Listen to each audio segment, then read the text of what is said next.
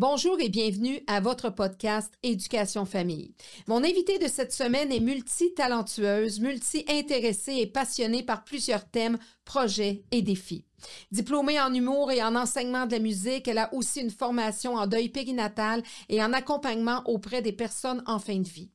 Détentrice d'un prix Gémeaux pour premier rôle de soutien dans La Maison des Folles, même si ce n'est pas d'hier qu'elle foule les planches des théâtres, des plateaux de tournage et de télévision, c'est en incarnant aussi Solange dans Unité 9 que le Québec tout entier l'a adoptée inconditionnellement. À ses heures, dans ses temps libres, elle adore aller divertir les personnes résidant dans les CHSLD, les RPA et certains hôpitaux, et aussi en donnant des ateliers de jeux et de musique aux enfants. Grand-mère actuelle de l'incontournable famille Adams qui parcourt présentement le Québec, c'est très bientôt qu'elle prévoit le rodage de son spectacle solo. Bienvenue à celle qui veut vivre jusqu'à au moins 120 ans afin de pouvoir faire tout ce qui lui reste encore à découvrir et à vivre. Je reçois la talentueuse et énergique Claire Jacques. Afin de partager, discuter, apprendre, rencontrer, s'informer et comprendre ensemble sur tous les sujets concernant l'éducation et la famille, bienvenue ici à votre podcast Éducation Famille. Bonjour Claire. Bonjour. Oui. Méchante présentation. Je me sens déjà émue, là, je vois les... Ben non, mais c'est parce que je suis... ça m'émeut toujours, en fait, ça va faire 40 ans en février que je fais ce métier-là, de fou, là. Puis, j'en reviens jamais de tout ce qu'on traverse, de tout ce qu'on accepte de traverser, puis de toutes les surprises qu'on a qui nous attendent, puis qui vont un petit peu transformer le cours de notre chemin. Moi, j'étais pas du tout destinée à faire ce métier-là dans les faits, mais dans mon cœur, oui.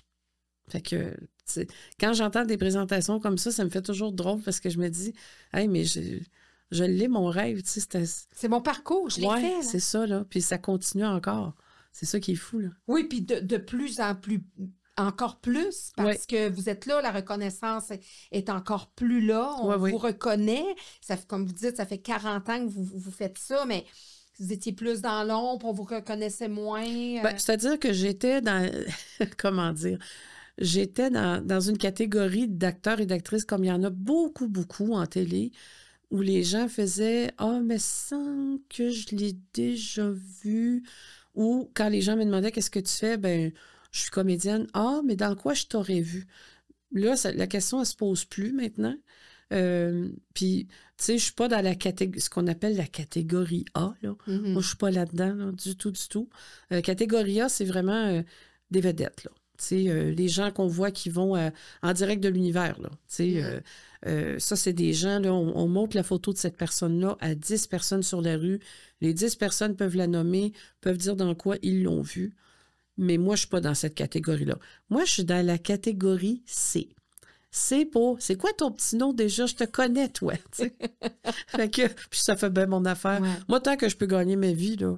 Mais ce qui fait qu'une personne vient dans la catégorie, qu'un comédien ou une actrice ou un acteur arrive dans la catégorie A, c'est parce qu'on l'a plus exposé, en réalité, au public, tout simplement. Oui, c'est pas nécessairement une question de talent, on va se dire les vraies affaires non plus. Il y a ça. C'est-à-dire que c'est le talent qui rencontre l'opportunité. Parce qu'il faut avoir... on peut avoir du talent, mais si on n'a pas d'opportunité, ça ne fonctionnera pas. Les opportunités... Quand moi, j'ai commencé le métier, ça se passait par des auditions. Maintenant, il n'y en a plus beaucoup. Il y en a, en fait, presque plus. Ah non? C'est ça qui est triste. Pour les premiers rôles? Parce que, OK, pour d'autres petits rôles ou des rôles muets, plus encore? Mais... moi, il y a des rôles de figuration pour lesquels j'ai auditionné, déjà. Mais maintenant, en tout cas, la donne change beaucoup, beaucoup. C'est un peu triste parce que les gens se plaignent. Moi, j'en entends beaucoup de ces plaintes-là parce que moi, je prends le transport en commun, là. Je me promène pas en limousine, puis j'ai pas une voiture à moi non plus. Fait que les gens m'abordent toujours en me disant « On aimerait ça vous voir plus souvent. » Ça, c'est très gentil. Mais en plus, ils me disent « On est tanné de voir le même monde dans chaque série. » Ce qu'il faut que les gens comprennent, c'est que bon, premièrement, ce n'est pas moi qui décide que je joue pas souvent, là. C'est pas mon... C'est pas ma décision du tout. La décision, elle est prise par des gens qui manipulent l'argent des différents budgets qui sont octroyés pour ces productions-là. Le diffuseur a son mot à dire, le producteur a son mot à dire, tous ceux qui mettent de l'argent pour que cette série-là, cette émission-là, voit le jour. Et bien sûr, ces gens-là veulent avoir des noms sûrs, des incontournables vedettes que les gens vont reconnaître immédiatement. Parce que pour eux, c'est garant que les gens vont écouter l'émission, puis qu'ils vont s'y adonner à toutes les semaines ou à tous les jours, tout dépendant. C'est pas faux, mais on parlait d'Unité 9 tout à l'heure, ensemble, toutes les deux. Unité 9 a fait école sur une des nombreuses choses que cette série-là a offert. C'est qu'ils ont décidé de prendre des risques et de donner des rôles très importants à des femmes et à certains hommes qui n'étaient pas très connus à l'époque. Je pense à Ève Landry. Ben oui. Extraordinaire actrice. Qui a commencé comme figurante. Ben, puis Unité 9, elle en a fait des auditions pour avoir accès à ce rôle-là parce que elle faisait du théâtre, mais elle n'était pas très connue là, comme telle. Debbie Lynch White non plus. Elle avait fait des petites choses ici et là, mais c'est vraiment Unité 9 qui l'a lancée. Donc ça, c'est la preuve que les gens ont le goût de voir d'autres mondes. Mais c'est que comment voulez-vous vous attacher à un personnage si vous le voyez dans 5 autres séries en même temps? Un jour, il est mécanicien, l'autre jour, il est avocat, l'autre jour... Elle est morte la semaine passée, puis non, finalement, elle a eu 2 enfants. Tu sais, ça tient pas la route à un moment donné. Puis, et je comprends cette frustration-là. Je l'ai moi-même comme spectatrice. Moi aussi, ça m'arrive de dire, attends, elle n'était pas dans... Ah, oui, ah non, c'est vrai. OK, c'est dans l'autre affaire. C'est plein de confusion à un moment donné. Puis les gens, là, c'est sûr que vous êtes... Nous, on est dans le domaine, là, puis on sait bien que les personnages, c'est des personnages. Oui. Mais il y a des gens qui pensent vraiment que les personnages, c'est des vraies personnes, là. Ouais. Hein? Ouais. Oui. Non, mais c'est vrai que c'est un phénomène où, si, mettons, on n'est pas fin comme comédien, ils vont vous engueuler, là. Ben, je ne sais pas que ça vous est arrivé à vous personnellement. Oui, ça m'est arrivé. Ah oui? Ben oui. Moi, je me suis fait farloper solide là, quand Solange est sortie à la télé. Ah oui. Écoutez, je peux vous dire, là, avec certitude, j'ai même la date. Le 11 septembre 2018, c'était la première diffusion du personnage de Solange. Moi, j'avais décidé d'écouter ça avec des amis parce que je trouvais que c'était un moment important, puis j'avais le goût de vivre ça, pas toute seule chez nous. Fait que j'étais avec mon amie Élise, mon amie Pâquerette, Daniel, on était en train de souper, puis on a écouté l'épisode. Et là, moi, j'ai mon téléphone, ça sonne sans arrêt, là, puis c'est sur les réseaux sociaux, sur Facebook. Wow. Premier commentaire que je vois, ça pue jusque chez nous. Je me dis, c'est super. Ça veut dire que la proposition... J'ai fait ta job. La proposition, elle fonctionne. Ben oui. Mais là, bon, ça, c'est une chose. Mais dans la vraie vie, le lendemain matin, je prenais l'autobus pour retourner chez moi. Le chauffeur m'a dit, j'espère que tu t'es lavé. Le chauffeur d'autobus. Oui. Et là, moi, je suis un peu stoïque parce que, est-ce que j'ai bien entendu... De 1. De 2, est-ce que c'est une blague? Si c'est une blague, est-ce que j'ai le droit de dire que je trouve pas ça drôle? Ou comment... Parce que là, aux yeux du public, moi, je suis une artiste, là, puis il y a des gens qui disent, bon, on peut leur dire un peu n'importe quoi. Ces gens-là, c'est leur métier. Puis s'ils n'aiment pas ça, qu'ils changent de métier. Ça, je l'ai entendu beaucoup, celle-là. Donc, j'ai pris quelques secondes à accuser réception de cette remarque-là du chauffeur. Puis j'ai dit, mais monsieur, est-ce que je peux vous demander pourquoi vous me posez cette question-là? Ben, il dit, après ce que j'ai vu hier, je dis, monsieur, vous êtes au courant que c'est une série dramatique, c'est de la fiction? Oui, mais, tu sais. Alors, un chauffeur d'autobus qui me dit ça, j'ai trouvé ça un peu ordinaire. Fait que lui, il se disait, ben, si on choisit elle, c'est parce qu'elle a vraiment le profil est vraiment de même dans la vie. Exactement. Et puis, je ne sais pas si vous pouvez confirmer auprès de vos auditeurs que je sens bon. Oui, c'est sûr et certain. Mais tout ça pour dire que... On est amis Facebook en plus. En plus, oui. J'ai rien vu du genre non, vraiment pas. Mais tout ça pour dire que je croyais que c'était un événement isolé. exceptionnel, mais ce ne fut pas exceptionnel, malheureusement. Plus ça avançait dans la série, plus on voyait Solange. Et ça a pris un certain moment dans la courbe dramatique de l'histoire qui était habilement ficelée par l'autrice Danielle Trottier, que je salue. Ça a pris un certain moment avant qu'on comprenne pourquoi Solange était comme ça et ce qui avait amené cette femme-là à être obligée de devenir ce qu'elle était. Vous venez de quelle région? Du fond du fleuve. Rimouski, Rivière-du-Loup, Matane. Neigette. C'est où, ça? C'est la première fois que j'entends ce nom-là. Tu prends le rang 5, puis après ça, tu tournes sur la route du rang 1. Le premier rang. Puis il n'y a pas un char qui passe là les dimanches.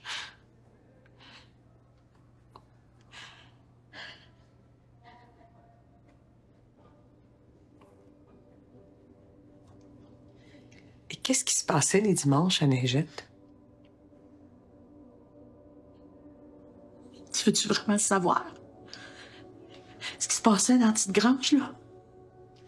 Tu peux pas l'imaginer, ou tu veux pas l'imaginer.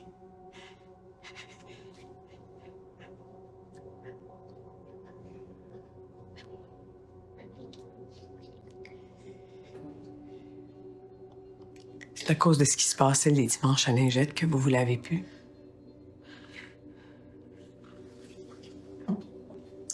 L'odeur, là, c'est un excellent anticonceptionnel. Je vous écoute.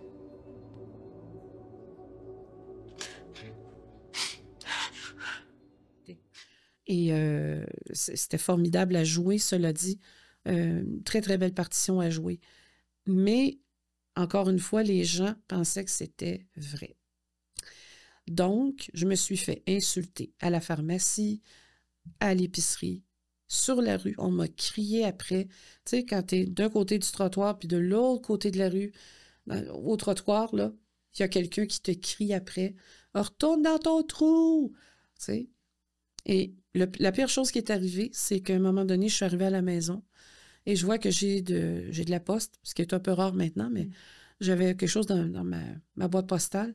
J'ouvre ça et c'est une lettre. Et c'est écrit « On sait où tu restes. Si tu ne retournes pas dans ton trou, on va s'en occuper. » Ah, voyons donc. Là, j'amène ça à la police, parce que moi, je ne sais pas quoi faire avec ça. Et j'ose même pas entrer chez nous. Là, je m'en vais au poste de police de mon quartier. Le policier dit « Qu'est-ce que vous voulez qu'on fasse avec ça, ma petite madame? » Fait que la petite madame, c'est sûr que ça. Déjà, en partant, on n'aime pas ça. Non, non. Déjà, là, ça fait monter la pression un peu, mais j'étais sans voix. Mais j'ai dit, monsieur, c'est parce que c'est une lettre de menace. Ben oui. Oui, mais il dit... Puis on suit où vous restez. Il dit, moi, les affaires de vedette, nous autres, on s'occupe pas de ça, là. Mais j'ai dit, c'est une lettre de menace. C'est ça que j'essaie de vous expliquer, là. Moi, je me sens pas... J'ai même pas été capable de rentrer chez nous. Je me sens pas du tout en sécurité en ce moment.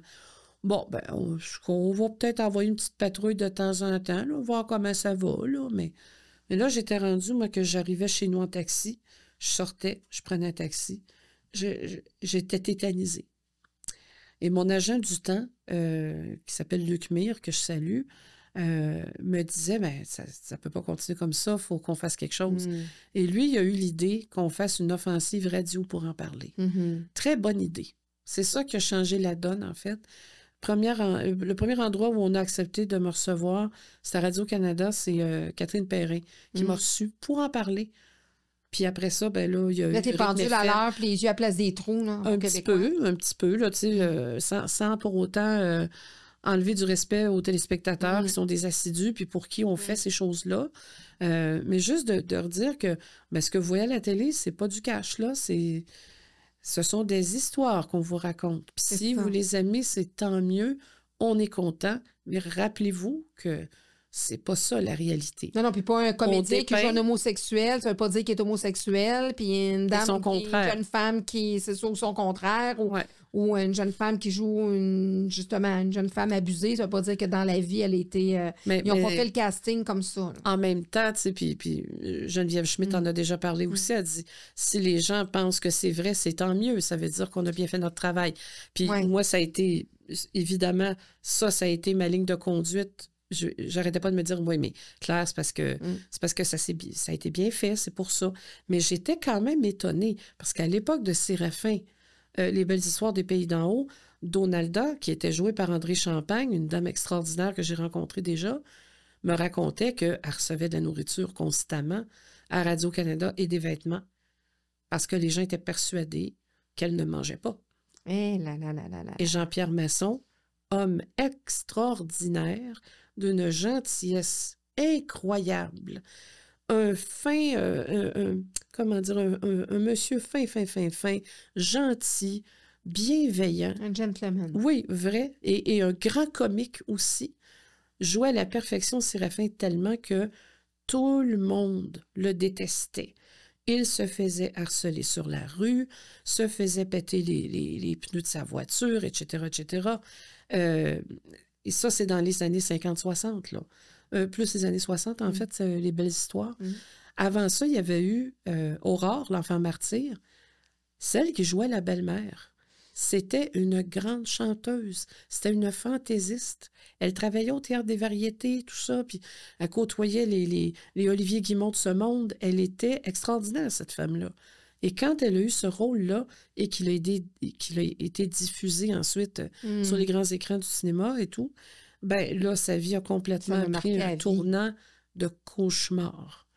Et là, des gens comme M. Gilles Latulippe, qui dirigeait le Théâtre des Variétés, disait « Je suis désolée, je ne peux plus vous engager. C'est rendu dangereux pour mon théâtre. » C'est pas drôle, là. Fait que mais à l'époque... Tu es associé à ça, tu peux même pas... On va même pas avoir le goût de... on va pas pouvoir te donner un autre rôle tellement que la personne est associée à ce rôle-là. Oui, puis j'ai un petit peu souffert de ça, moi aussi, avec Uniténa. Ça a pris quand même du temps avant qu'on me voie dans autre chose, un petit peu. Encore une fois, on va le prendre comme un compliment, mais quand même. Puis, ça n'amène pas du pain et du beurre sur la table. Ben c'est ça qui a été fou un peu. Puis La Maison des Folles, ça, je tournais ça en même temps qu'Unité 9. Je dirais que le personnage que je jouais là-dedans, qui s'appelait ma tante, est un peu une cousine éloignée, peut-être, de Solange. Sauf qu'elle se lavait, là. C'est juste qu'elle était tout croche. Elle était toujours en jaquette, en train de fumer une clope. Puis elle avait un langage extrêmement ordurier aussi, mais pleine d'amour, puis pleine de désir de vouloir aider. T'sais. Puis blessée. Oui. À travers ça. Absolument. Fait que, mais quand même, je dis pas que ma tante n'aurait pas existé sans Solange, mais Solange a un peu pavé la voie peut-être pour ça. Puis c'est vraiment avec le personnage de ma tante que là, après 39 ans de carrière, est arrivé ce qui est arrivé. J'ai eu mon premier Gémeaux.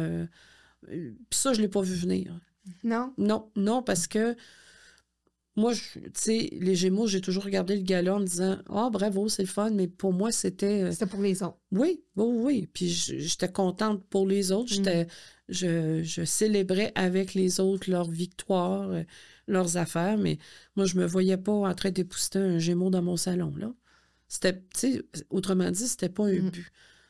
J'en connais que c'est le but, puis c'est correct, j'ai rien contre ça, mais moi, mon but, c'est gagner ma vie en faisant ce que j'aime.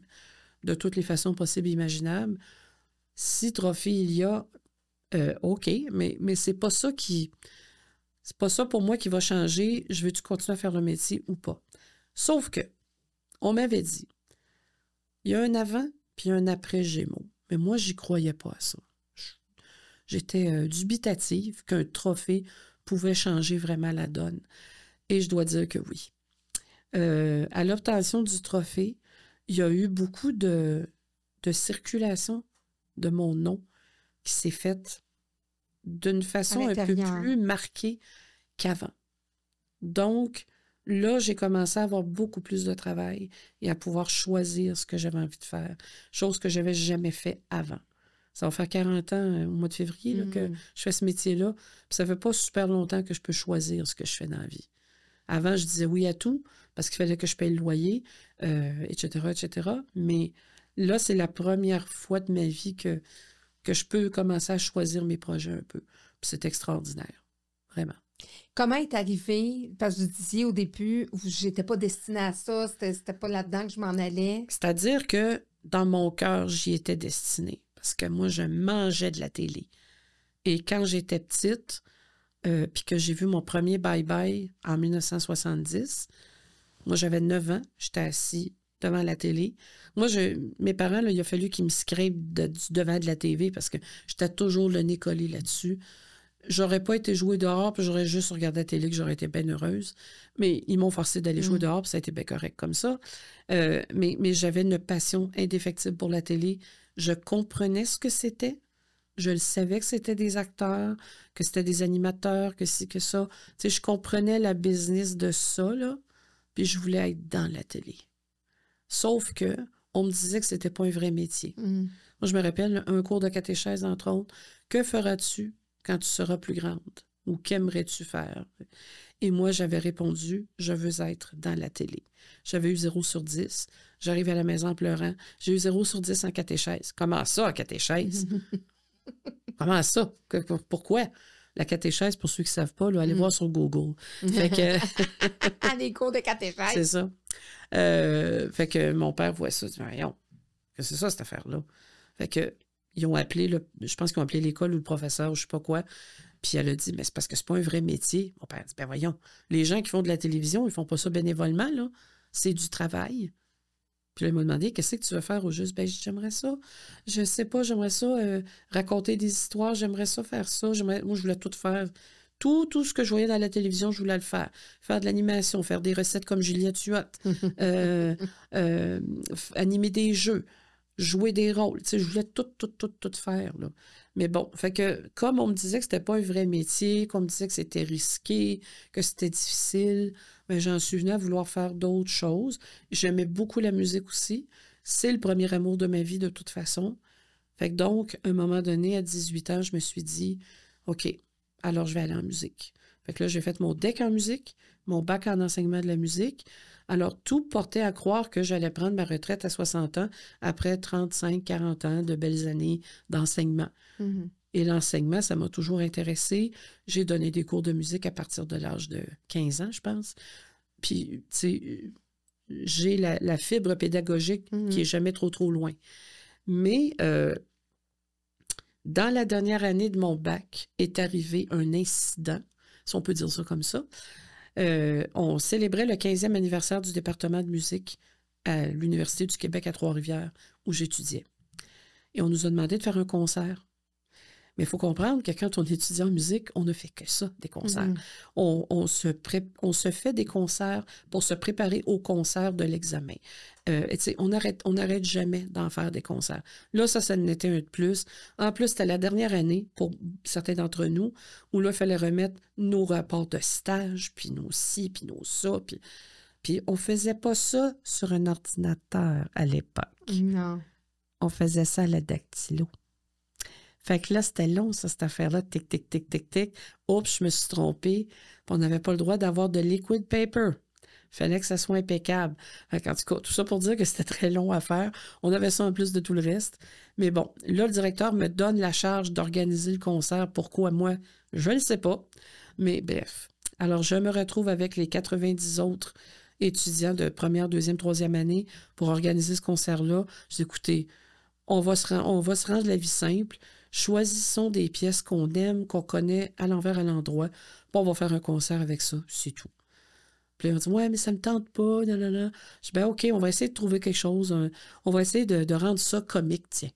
On va faire un concert cocasse. Comment on va faire ça? Je ne sais pas. Mais on va trouver des idées. Finalement, on a trouvé des petites idées très mignonnes pour présenter ça. Ça allait être présenté à l'Agora de l'université, donc un potentiel de spectateurs de 3000 places. Il fallait que ça soit quand même un peu divertissant, cette affaire-là. Fait qu'on a fait ça. À la dernière minute, j'ai une collègue que je nommerai pas, parce qu'elle travaille encore dans le domaine, elle aussi. Et puis, elle a dit, ben moi, je ne veux pas m'associer à un événement qui ridiculise la musique. Et c'est pas ça qu'on faisait du tout, là. Mais elle a trouvé qu'on ridiculisait les affaires. Fait qu'elle s'est désistée. Donc, moi, là, je me retrouvais avec 10 minutes en moins. Puis je dis, mais là, c'est parce qu'il nous manque 10 minutes. Longue histoire courte, on a fait un petit numéro d'humour, moi puis une copine. On a mis ça à la fin, se disant, s'il n'y a plus personne, c'est pas grave. Mais les gens sont restés jusqu'à la fin. Et ce numéro-là a pogné. On fait lever la baraque. Ça a pogné solide, là. Et là, à la fin du concert, nos professeurs, évidemment, étaient tous là. Il faut comprendre que nos professeurs, c'était pas seulement des gens qui enseignaient à Trois-Rivières, ils enseignaient à Montréal aussi, ils faisaient la navette un peu, tu sais. Donc, ils savaient très bien ce qui se passait à Montréal.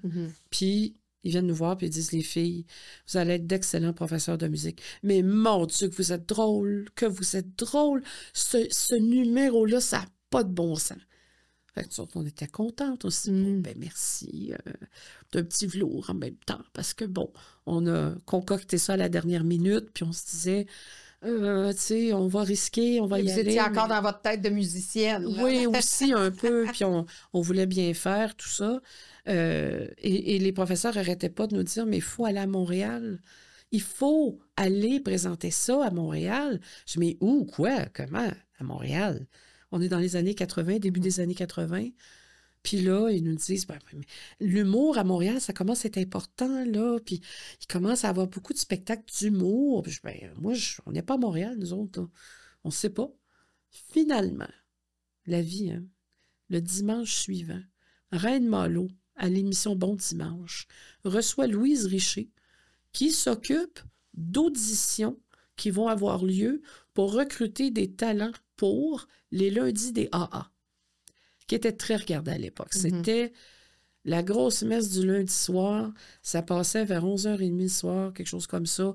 Et il y avait, je pense, le réalisateur Pierre Séguin pourrait peut-être me le dire, mais il y avait plus d'1 million de téléspectateurs qui regardaient cette émission-là. C'était très gros, animé par nos fameux Ding et Dong, hein? Claude Meunier, Serge Thériault, avec des pléiades de nouveaux artistes émergents comme Michel Barrette, le groupe Sanguin, etc., etc.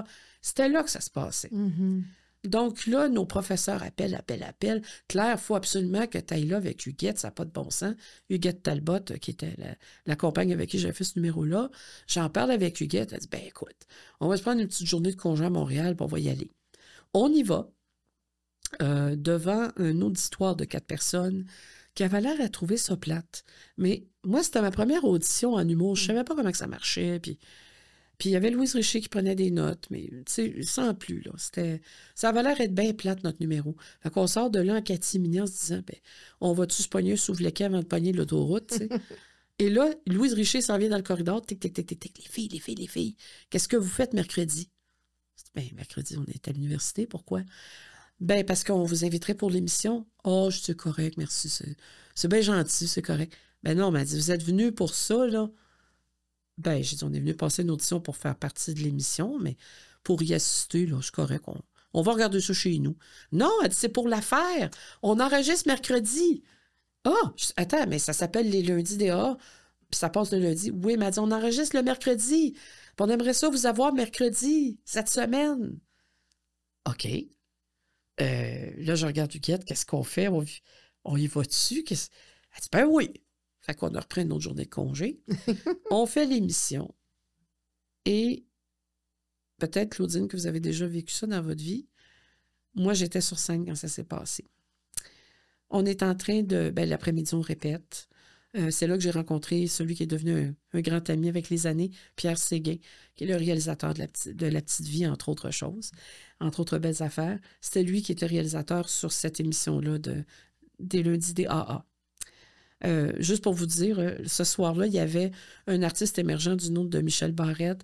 Il y avait un groupe émergent aussi du nom de Rock et Belles Oreilles, là, qui commençait à faire des choses. Okay, wow. Donc, fait que, ça fait 40 ans de ça. Ben oui, ben oui. Puis là, le soir, ben là, c'est pacté le Club Soda sur l'avenue du Parc, là, où le tapis sent le moisi, puis que l'odeur principale, c'est la cigarette trempée dans l'eau, là, dans le fond d'un cendrier. Mais c'était mythique, cet endroit-là.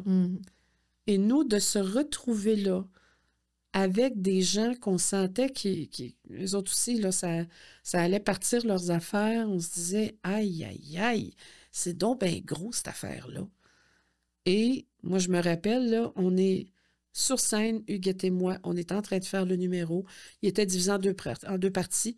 Dans la première partie, je me rappelle d'un moment très précis où je me suis sentie sortir de mon corps. Et là, je voyais tout ce qui se passait. Les gens qui riaient, puis ça fumait beaucoup dans ce temps-là. On avait le droit de fumer, là. La cigarette, j'entends, là. La cigarette, là, pas d'autre chose. Puis je me rappelle d'être comme sortie de mon corps, puis je voyais tout ce qui se passait. Je nous voyais. Je voyais les gens rire. Je voyais Louise Richer qui riait en coulisses. Je voyais tout le monde, là. Puis ça riait. Et là, j'ai vraiment senti que ma vie n'allait pas du tout être celle que je pensais que j'allais avoir. Ça allait complètement changer les affaires. J'allais pas se passer dans une classe à donner des cours de musique. Ben non. Ben non. Puis je l'ai senti très, très, très fortement. Là. J'avais 24 ans, puis j'étais assez vieille pour comprendre que là, il est en train de se passer quelque chose de gros. Et à la suite de cette soirée-là, on a reçu quand même beaucoup d'accolades, de félicitations des autres collègues. Moi, je me rappelle, entre autres, d'un certain Yves Pelletier qui était venu nous voir. C'est les filles, c'est écœurant, vous êtes bien bonnes. Puis moi, Yves Pelletier, c'était mon préféré ce soir-là. C'était la première fois moi, que j'ai rencontré le Rock et Belles Oreilles. Ils sont tous bien fins, tout ça. Ils sont gentils comme tout, généreux avec nous, très, très, très, très, très fins. Puis Yves Pelletier qui vient nous voir, dit « Les filles, vous êtes donc bien bonnes! » Je s'en rappelle probablement pas, puis c'est pas grave. Mais tu sais, de recevoir des accolades comme ça, moi, ça m'avait complètement charmée. C'est ma gang, c'est mon monde. Pas nécessairement tout de suite. Okay. C'est juste que là, j'avais reçu la charge du moment qui était vraiment un moment très profond, là. Je pense que dans les livres de mystique là, qui racontent des moments d'extase, ça ressemble à ça un peu. Cette espèce de sortie du corps où là, tu vois tout ce qui se passe autour, tu es pleinement consciente de ce qui arrive et en même temps, tu le vois à vol d'oiseau. C'est un peu étrange. Je sais que c'est un petit peu ésotérique, là, mais c'est ça. Puis, évidemment, cette pensée-là m'a suivie beaucoup. Au point où, quand j'ai fini mon bac, après ça, j'ai dit, je vais prendre 1 an avant d'aller faire ma maîtrise. Je vais aller faire 1 an à Montréal pour voir de quoi ça a l'air. Puis ça va faire 40 ans au mois de février. J'espère qu'ils ne m'attendent plus à Trois-Rivières. Mais je pense qu'ils ne m'attendent plus, le département est fermé. En tout cas, il y a une chose qu'on n'a pas en commun, vous et moi, avec la musique, c'est le solfège. Vous voyez, vous étiez... Moi, j'ai arrêté mes cours de piano à cause du solfège. C'est dommage. Ça. Oui. Moi, ça a été... Ça a tué vraiment. J'adore chanter. J'adorais jouer du piano, mais quand un cours sur deux, j'avais le solfège, là, à chanter les notes, et que j'haïssais ça. Ah oui? Oui, ça a brûlé mon... Mais vous n'êtes pas la seule. La plupart des étudiants sont terrorisés par le solfège.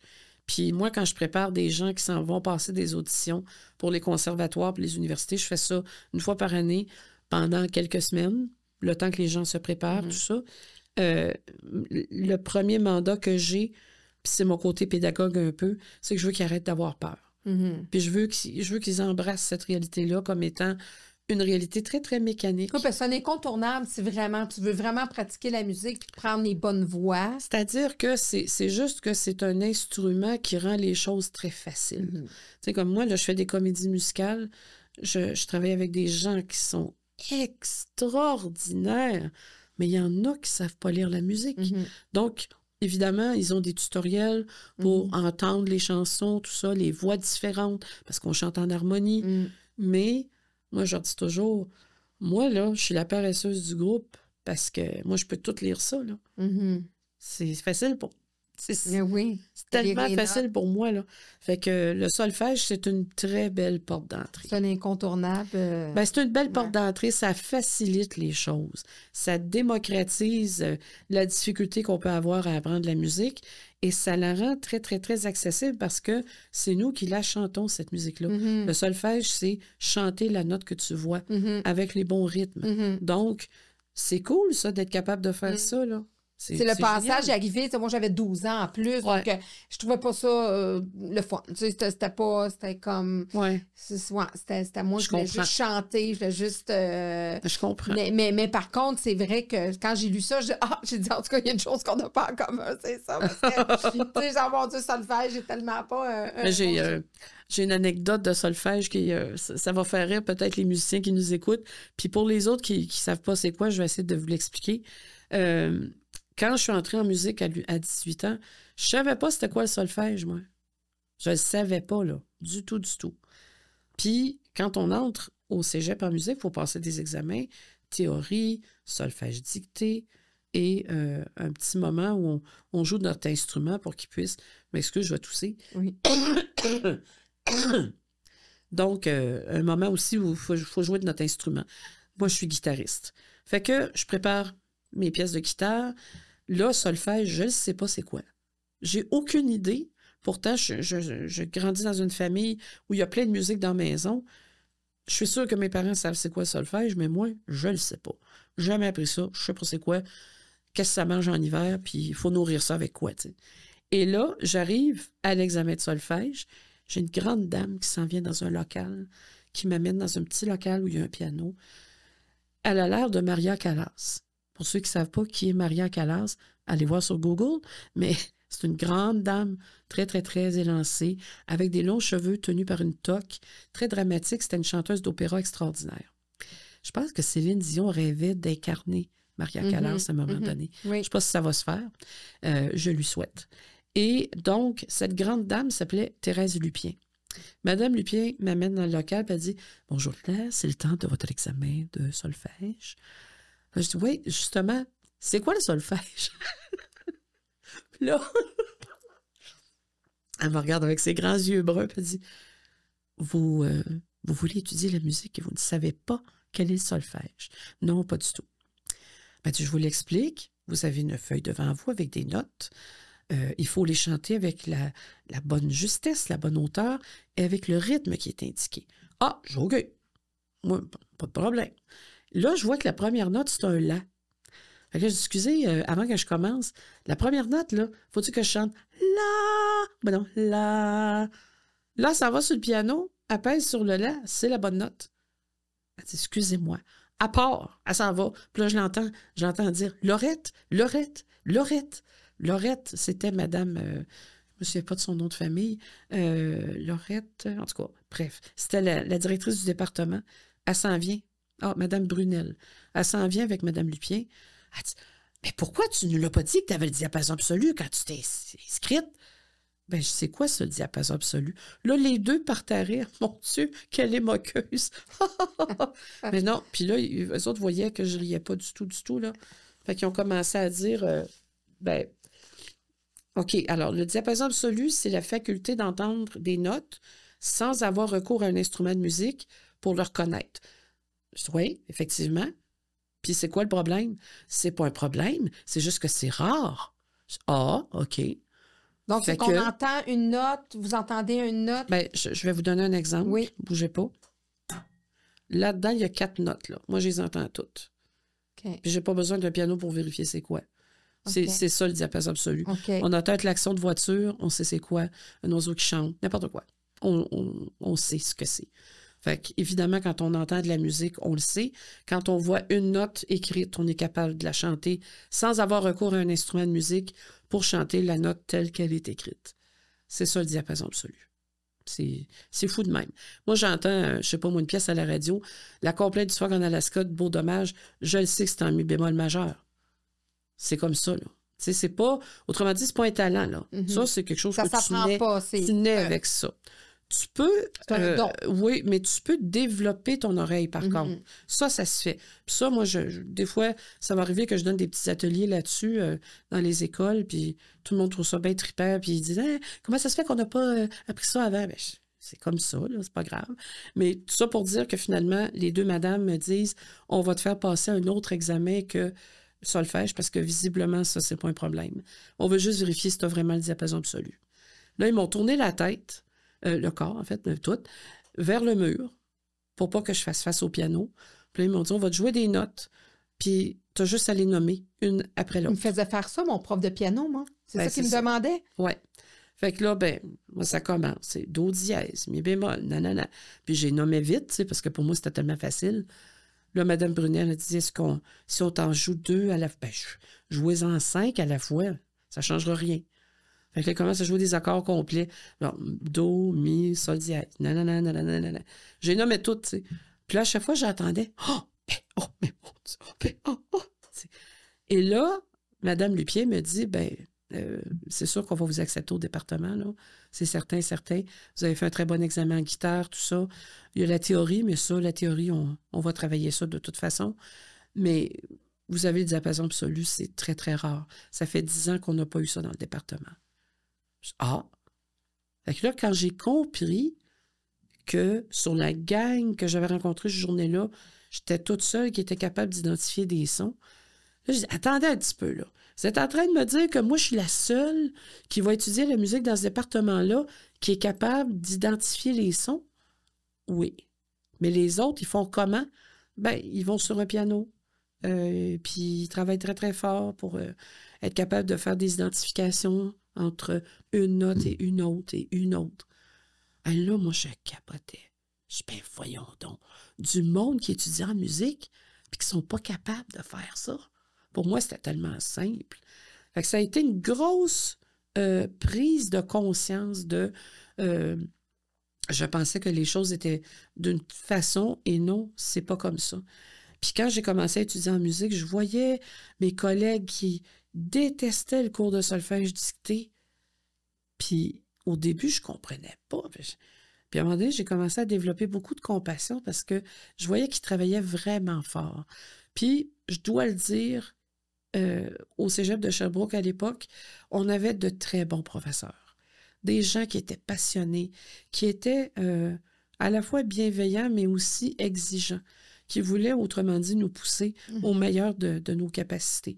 Alors moi, au lieu de me faire poireauter pendant que les autres faisaient le cours régulier de solfège dicté, Sœur Solange, moi, m'avait préparé des cassettes. Parce que dans ce temps-là, on avait des cassettes. Si vous ne savez pas c'est quoi, allez voir sur Google. Puis là, sur les cassettes, il y avait des dictées à 4 voix, à 5 voix, à 6 voix. Puis j'en avais toute une série, là. Puis elle dit, ben, fais ça pendant que nous autres, on est en classe. Fait qu'autrement dit, elle prenait soin de mon intellect, si je peux dire, au même titre qu'elle prenait soin des autres. Parce que la difficulté, pour moi, était aussi intéressante, là, puis stimulante. Elle adaptait les apprentissages puis ses enseignements aux Oui. apprentissages qui Oui. étaient mieux pour vous. Puis dans d'autres cours, j'étais poche comme ça se pouvait plus. Fait que là, j'avais besoin de l'aide de mes amis. Chose importante parce que moi, je les aidais dans le solfège dicté. Eux autres m'aidaient dans la théorie aussi. Fait qu'il y a ça que ça a développé en moi aussi. Puis le côté pédagogue, je pense qu'il est né beaucoup durant cette période-là. Fait que là, en réalité, finalement, vous étudiez là-dedans, vous faites votre bac là-dedans, mais là, vraiment, c'est les planches qui vous appellent. Là. C'est plus... Ben, j'ai été dans les opportunités qu'on m'offrait aussi. J'ai été en chercher des opportunités, mais ça a été un chapelet de choses. Après les lundis DA, ça a été la LNI qui est arrivée. Puis la LNI, moi, j'ai suivi un atelier qui était donné par Robert Gravel, capitaine de l'équipe des Bleus.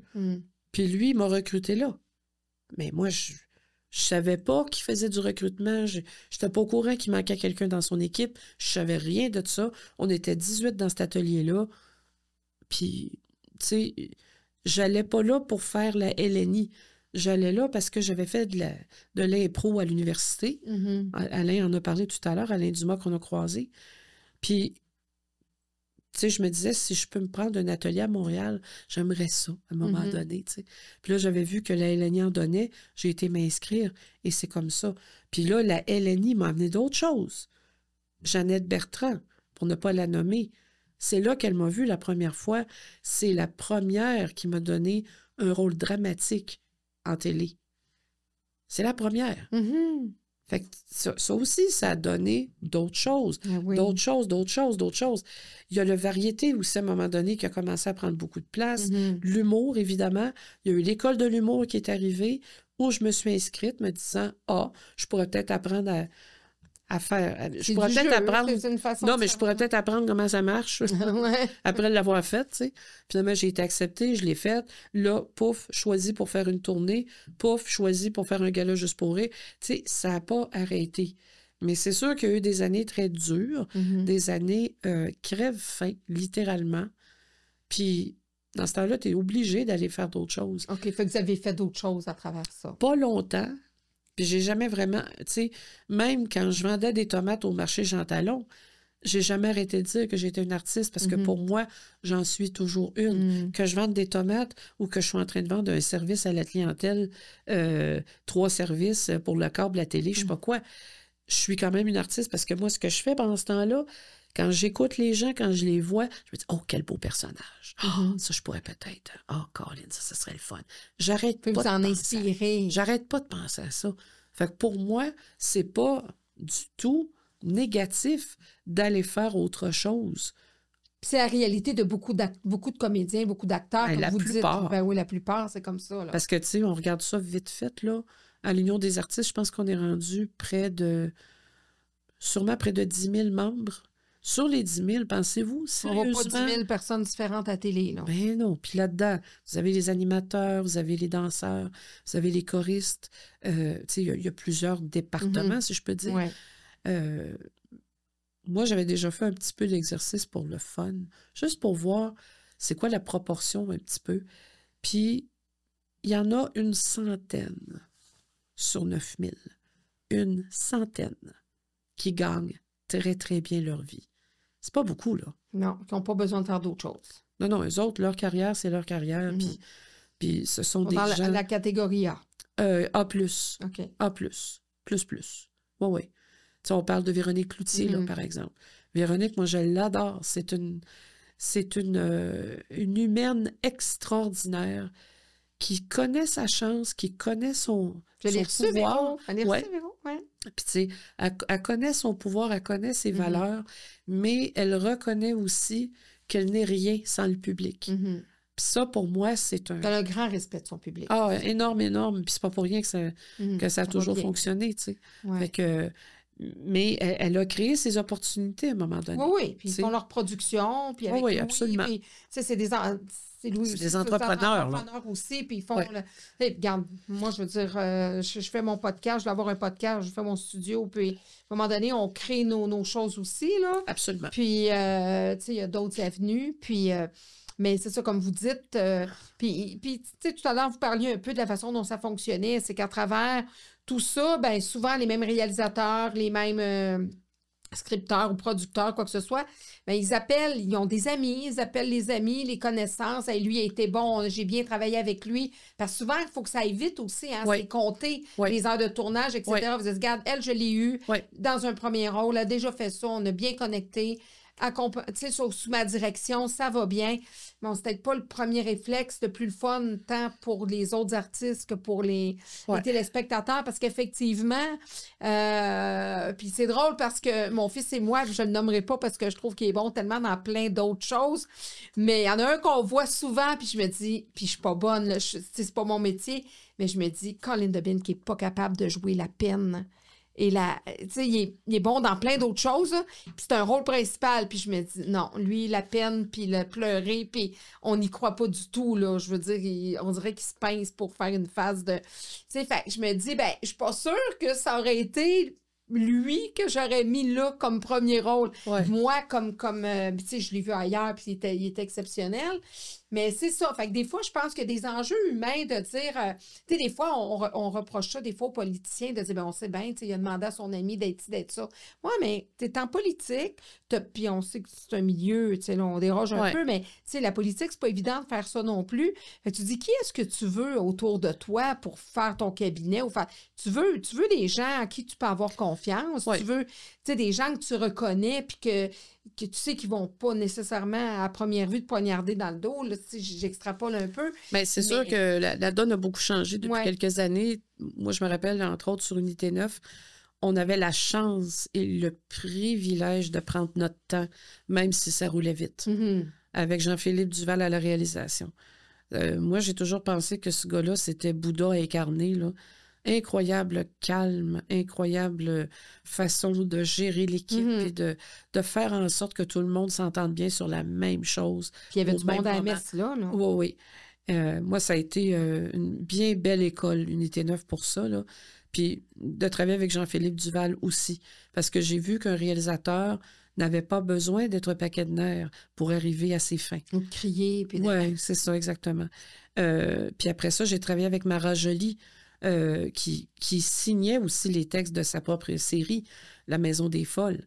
Puis Mara, c'est une passionnée et elle sait ce qu'elle veut, puis elle va le chercher. Mhm. Puis avec elle, ça a été une autre super expérience parce que, puis j'ai eu la chance de tourner 2 saisons avec elle, ça a été une super expérience parce que elle m'a amené, elle est venue me chercher là où j'étais, puis elle m'a amené là où elle croyait que je devais aller, avant même que moi je le sache. Mhm. Puis ça a été extraordinaire, belle rencontre. Mais il faut comprendre qu'à travers ces belles rencontres-là, il y a des enjeux budgétaires. Mhm. Donc, par exemple, sur La Maison des Folles, à un moment donné, on s'est retrouvés à être obligés de tourner 24 scènes dans une journée. Mhm. Et sur les 24 scènes, j'étais là à toutes les fois. Certaines scènes, j'avais 3 pages de texte, des fois 4, des fois 2, des fois c'était sans parole, mais j'étais là pendant 24 scènes. Le lendemain, j'en tournais 16. Mhm. Je ne sais pas si vous pouvez vous imaginer le nombre de lignes Oui. que ça représente Oui, ça et le stress. Parce que une fois que l'équipe a réglé l'éclairage, les caméras, les accessoires, etc., tout le reste, parce que c'est immense, là. Oui. Ben là, toi, t'arrives, puis il faut que tu livres la Action. marchandise. Ah ouais. Puis il nous reste pas beaucoup de temps. Mhm. Moi, j'entendais ça toujours. L'assistante, elle disait ça. Il reste pas beaucoup de temps, là. Il reste pas beaucoup de temps, là. Oh!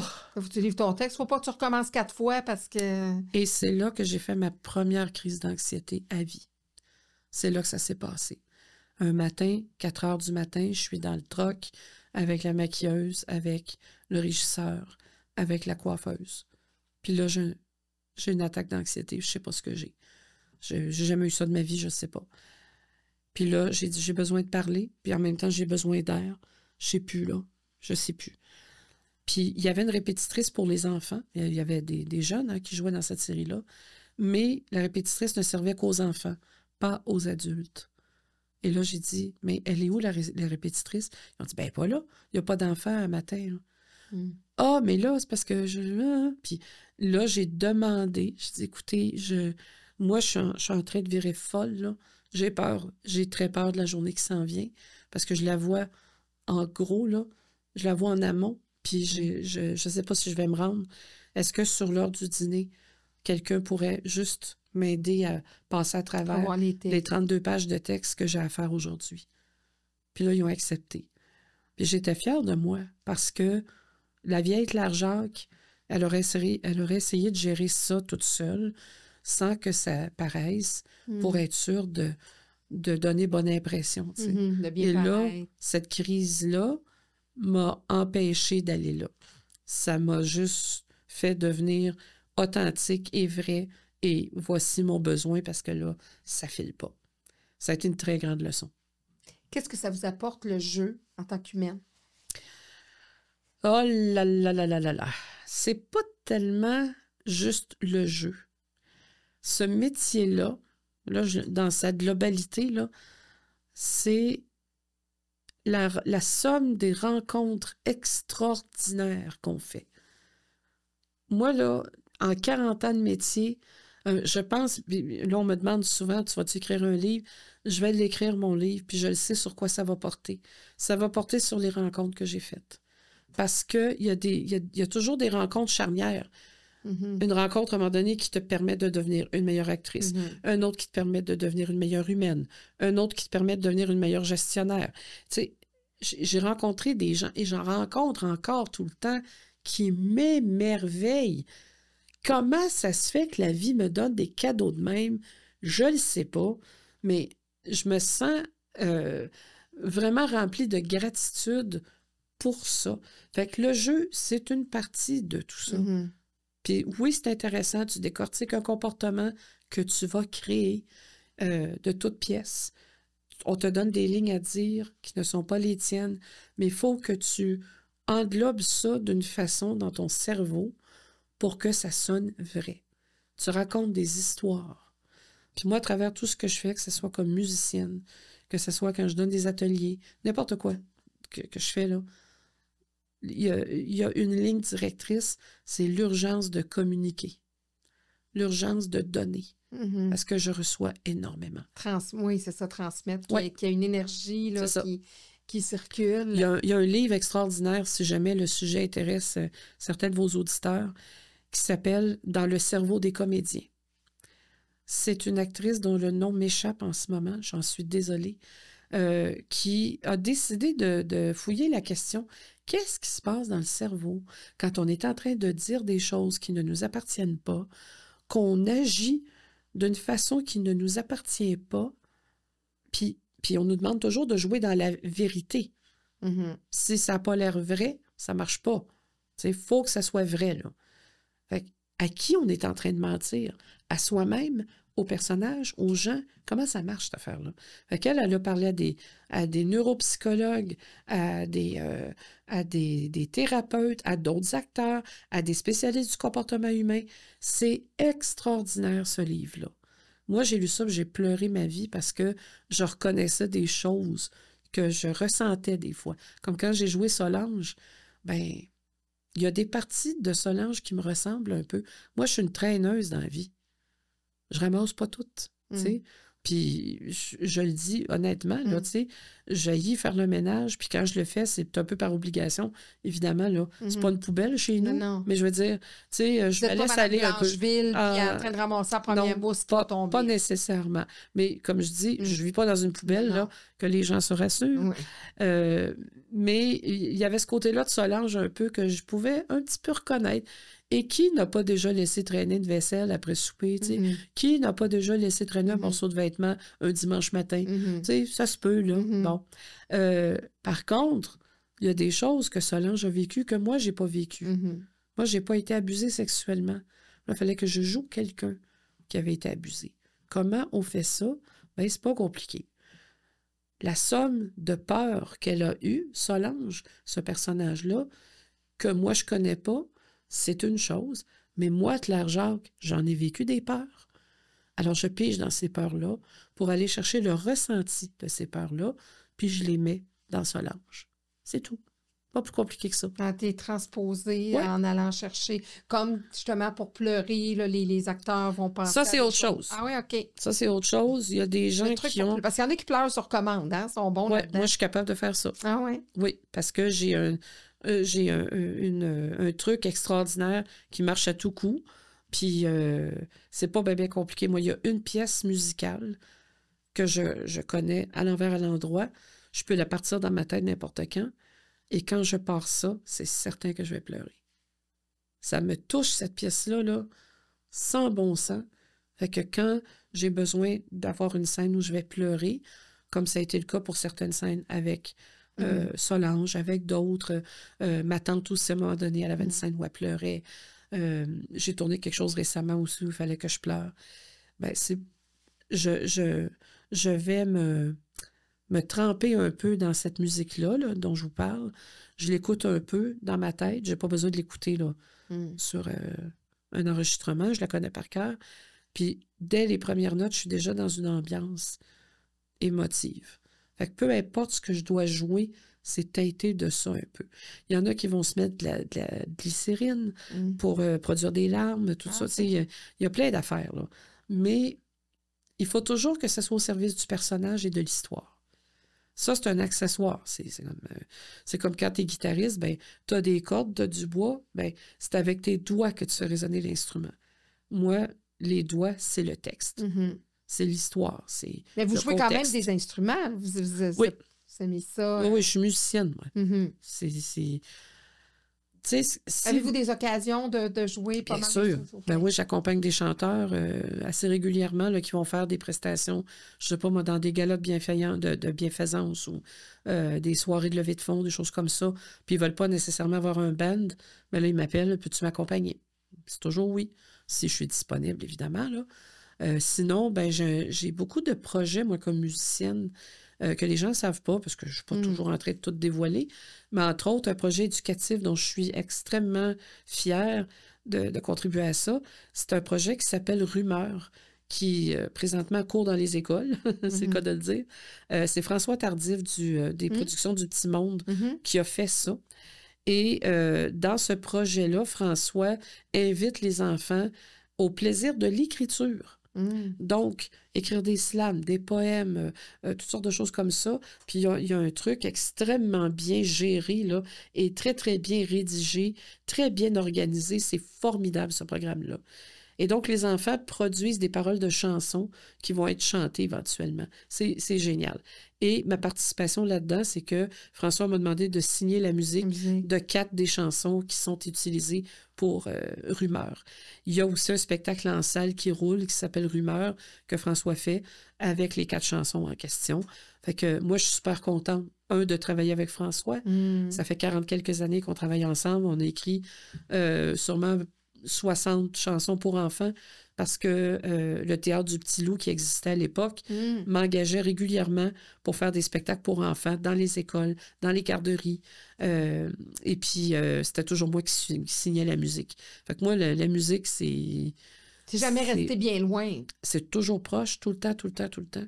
Puis, si vous me demandez ce que j'aime le plus faire dans la vie, là, vraiment, là, c'est les comédies musicales parce que là, je joue, je fais de la musique, puis je danse.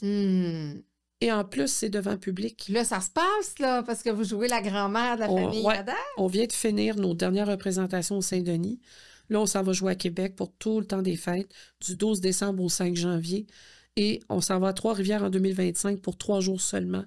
Je n'ai pas les dates, malheureusement, mais on joue à l'amphithéâtre Cogeco. Ça va être formidable. Et puis, c'est ça. Comédie musicale, c'est extraordinaire. Puis en plus, encore une fois, ce sont des rencontres merveilleuses. Puis c'est pas comme en télévision. Moi, en télévision, ça va arriver des fois que je suis là juste une journée. Après ça, j'ai fini. Bonsoir, merci, c'est fini. Pas le temps de rencontrer vraiment personne. Moins de liens qui se tissent. Non, il n'y en a pas. Tu sais. Puis toi, par contre, quand tu arrives sur ces plateaux-là, il faut que tu trouves ta place sans trop déranger parce que les autres sont tellement habitués de travailler ensemble que tu es un peu comme un cheveu sur la soupe. Là, tu sais, ça les dérange un petit peu. Tu n'es que de passage. En même temps qu'ils ont besoin de toi. C'est ça. Tandis que les comédies musicales, on répète un bon 2 mois avant que le show arrive. Là, les liens se tissent déjà. Bien sûr. Là, on passe plus de temps avec ces gens-là qu'avec nos proches. Ça devient quasiment aussi important qu'entrer en religion à l'époque. Là. On ne fait que ça. Après, quand les spectacles commencent, je vous garantis qu'à l'énergie que ça exige, on n'a pas nécessairement envie d'avoir bien des contrats durant le jour. Fait qu'on fait surtout ça. On joue le soir. Cela dit, moi, ça m'est arrivé en 2023 de travailler tous les jours et arriver au théâtre le soir, commencer le lendemain matin, 5 heures du matin sur le plateau. C'est très drainant d'énergie avec le public, parce que aussi, là, faire c'est merveilleux. devant le public, c'est merveilleux parce que c'est une charge d'amour, mais ça doit être plus drainant aussi. C'est-à-dire que c'est pas que c'est drainant, mais c'est exigeant dans le sens où qui tourne. C'est parce qu'on chante, on danse, on joue. Puis c'est pas parce qu'on n'est pas sur scène qu'on fait rien. On a déjà changé. Il y a des décors qui se changent de place auxquels on contribue. Moi, pas sur la famille Adams, mais par exemple sur Mary Poppins, moi j'étais singing captain. Ça veut dire que on avait des chanteurs qui chantaient en coulisses avec micro pour appuyer ceux qui chantaient sur scène en dansant. Parce que tu peux pas danser à tout vent. Avoir pas mal de cardio. C'est ça, puis chanter à tue-tête, puis tout ça. Fait qu'on donnait un appoint à ceux qui étaient sur scène avec des chanteurs qui étaient en coulisses que je dirigeais. Donc, là, présentement, c'est Cathy Julien qui fait ça avec nous. Puis c'est ça, donc, autrement dit, le show commence et ton énergie, elle est au plafond jusqu'au salut du rideau, à la fin. Puis, moi, j'ai toujours, mon coach de jeu qui est maintenant décédé disait toujours ça. Il faut retourner au théâtre de temps en temps pour ne pas oublier pourquoi on fait ça. Parce que la télé, le cinéma, c'est facile. On se trompe, on recommence, à moins que ce soit du direct. Mais ça n'arrive pas très souvent, le direct de nos jours. Donc, c'est un moindre mal si on se trompe, là, ça va. Mais je vous dirais qu'avec la conjoncture économique en ce moment et le nombre de prises qu'on doit faire dans une journée, on a intérêt à ne pas se tromper. Et c'est pour ça qu'il y a des gens qui sont appelés des Cadillacs parce que eux, on est pas mal sûr qu'ils ne se tromperont pas. Moi, je commence à avoir cette réputation-là et on me disait, ben bravo Claire, c'est le fun. Sauf que ça vient avec une charge. Que maintenant, là, je suis reconnue comme étant Claire One Take Jacques. C'est pas nécessairement non, pas ça un titre que... Oui, c'est pas nécessairement un titre que je souhaitais. En même temps, ben, ça me donne du travail. Oui. OK, là. Mais c'est ça. Donc, les comédies musicales, pour moi, c'est le... tout est là. La musique... Oui, tout est là. Le pourquoi on fait ça, les liens qu'on tisse entre nous, puis pas juste entre les artistes, là, avec les techniciens, avec les habilleurs, avec l'équipe à la régie, tout ça. C'est fou. Même si ça arrête un certain temps, là, vous vous retrouvez, c'est des retrouvailles. Oui, c'est devenu une famille pour vrai, là. En plus, la famille Adams, c'est particulier parce que souvent, on va appeler comédie musicale des œuvres qui ne sont pas drôles. On rit pas tellement. Mais nous autres, là, le monde rit en titi. C'est complètement disjoncté. C'est la rencontre de deux familles complètement différentes. Complètement différentes. C'est comme un Roméo et Juliette, dans le fond. C'est comme n'importe quel autre film où tu as deux familles différentes qui se rencontrent, même affaire, même histoire, autour de l'amour, bien sûr. Puis, ce qui a été particulier dans cette expérience, qui l'est toujours, c'est l'apport indéfectible de notre metteur en scène, René Simard. On ne peut pas travailler avec René Simard et avoir la baboune. On ne peut pas travailler avec René Simard et être en colère. C'est impossible. Lui, là, quand on commence la journée à 9 h le matin, là, puis qu'on sait qu'on va répéter jusqu'à 9 h le soir, là, il nous fait un petit speech là, en partant de motivation, puis il nous redit qu'il est content de travailler avec nous autres. Il nous redit à quel point il nous trouve bons. Tu sais, ça a l'air niaiseux, mais... Scène, on a fait de la scène. Ben, tu sais, il y a plus de 50 ans de métier, là. Fait que quand il dit que ça marche, là, c'est parce que c'est correct, là, on va le croire. Et cette motivation-là, cette bonne humeur-là, moi, je veux dire, j'en ai pas connu des tonnes de metteurs en scène qui travaillaient comme ça, là. Tu sais, et je dis pas que les autres étaient pas bons. J'ai appris J'ai appris beaucoup des autres aussi, puis chacun avait son sens de l'humour aussi. Mais René, c'est autre chose, là. C'est une autre affaire. Je dirais même que c'est presque une expérience spirituelle. Puis moi, je le regardais faire, puis je me disais, si j'avais été enseignante, je pense que j'aurais aimé ça être comme lui. Puis je l'ai été enseignante, dans le sens que j'ai enseigné 11 ans dans une école privée, j'ai donné beaucoup d'ateliers, tout ça. Puis bon, on me reprochait, et je cite, on me reprochait d'être proche des enfants. On me reprochait de les faire rire parce qu'on me disait c'est pas comme ça qu'on enseigne. Puis pourtant, les enfants arrivaient en même temps que tout le monde aux examens et avaient des très bonnes notes. Les enfants arrivaient, ils étaient en avance, ils attendaient que j'ouvre la porte le matin.